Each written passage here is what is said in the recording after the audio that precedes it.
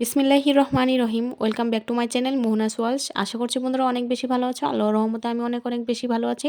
আর শীতের দিন চলে এসেছে বন্ধুরা। আর এই শীতের দিনে যদি শীতের সবজি দিয়ে যদি আমরা গরম গরম ভাত দিয়ে তরকারি না খাই তাহলে কি আর হলো? বাঙালি বলে কথা। চলে আসলাম নতুন একটি ভিডিও নিয়ে, আমার নতুন পুরাতন সমস্ত বন্ধুদের জন্য নতুন আরেকটি ভিডিও। তো চলো তাহলে আমি কিভাবে নিরামিষ তরকারিটি রান্না করব সেটাই দেখিয়ে নিই। এখানে আমি 2টো পেঁয়াজ কেটে নিয়েছি, 3-4টে কাঁচামরিচ ফালি করে নিয়েছি। আর এখানে দেখানো হচ্ছে আমি যে সবজিগুলো দিয়ে রান্না করব সেই সবজিগুলোই। আর এরপর কিন্তু এখানে আমি ফুলকপি কেটে নিয়েছি, আর বেগুন, আলু আর ফুলকপির ডাঁটাগুলো এগুলোই কিন্তু ছিল আজকের নিরামিষের সেই তরকারির সবজি। তো আমি কিভাবে কেটে নিয়েছি সেটা কিন্তু দেখতে পেয়েছো। তো এবার চলো রান্নাটা শুরু করা যাক। এরপর এখানে একটা কড়াই বসিয়ে দিয়েছি, কড়াইটা বসিয়ে দিয়ে ভালোভাবে গরম করে পরিমাণ মতো তেল দিয়ে দিয়েছি। আর এরপর দিয়ে দিচ্ছি পেঁয়াজ।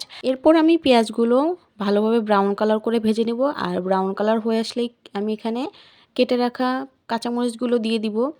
আর কাঁচামরিচটা একটু পরে দিলে দেখা যায় কাঁচামরিচের গ্রানটা ভালো থাকে আর কাঁচামরিচটা ভাজাও কম থাকে।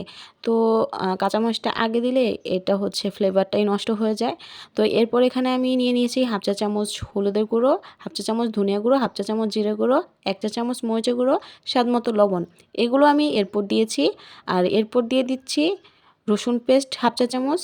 আর আপনারা সব পরিমাণ মতো অনুযায়ী এই মশলাগুলো অ্যাড করবেন, ঝালটা আপনাদের স্বাদ মতো অ্যাড করবেন। মশলা কষানোতে কিন্তু আসল টেস্টটা আসে। আর ভালোভাবে সব পরিমাণ মতো কিন্তু আপনারাও দিয়ে দিবেন সবজি অনুযায়ী। আমার এই রেসিপিটা কিন্তু সত্যি অসাধারণ মজা হয়েছিল, খুবই খুবই পছন্দের আমার এই নিরামিষ রেসিপিটি। তো এরপর এখানে আমি দিয়ে দিচ্ছি কেটে রাখা আলুগুলো। আর মশলাটা কিন্তু এরই মাঝে আমার কষিয়ে নেওয়া হয়ে গেছে। আর মশলাটা কষিয়ে নেওয়ার জন্য অল্প একটু পরিমাণ পানি দিয়েছিলাম। মশলাটা কষানোর পরেই আলু দিয়ে দিয়েছি, আর আলুগুলো দিয়েছি যাতে ভালোভাবে অল্প একটু পরিমাণে সিদ্ধ হয়ে যায়। আশা করছি ভিডিওটি আপনাদের অনেক অনেক বেশি ভালো লাগবে। ভিডিও ভালো লাগলে অবশ্যই একটি লাইক, সাবস্ক্রাইব, কমেন্ট করে পাশে থাকবেন। নেক্সট ভিডিও পাওয়ার জন্য নোটিফিকেশন অন করে দিবেন। সবাইকে অনুরোধ জানাচ্ছি আমার সম্পূর্ণ ভিডিও দেখার জন্য। আর সম্পূর্ণ ভিডিও না দেখলে কিন্তু বন্ধুরা তোমাদের আইডির সমস্যা হবে, আমার আইডিতেও কিন্তু সমস্যা হবে। আর এরপর দিয়ে দিচ্ছি কেটে রাখা সবজিগুলো। আমি কিন্তু ভালোভাবে ধুয়ে প্রসেস করে রেখেছিলাম। ফ্রিজে কোনো মাছ না থাকলে বাসায় এরকম শীতের যে কোনো সবজি দিয়ে কিন্তু এই নিরামিষ তরকারিটি রান্না করা যায়।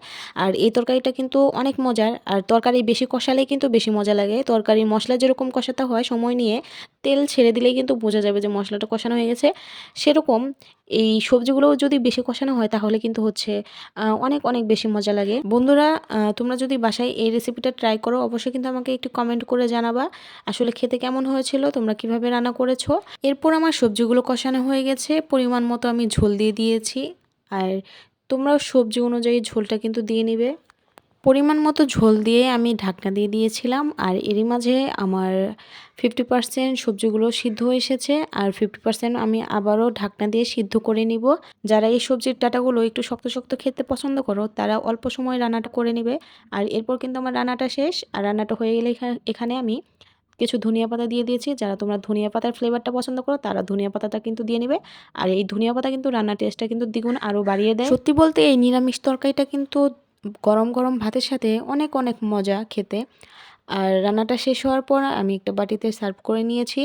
আর দেখতে কিন্তু খুবই অসাধারণ লাগতেছিল, অনেক অনেক মজা হয়েছিল খেতে।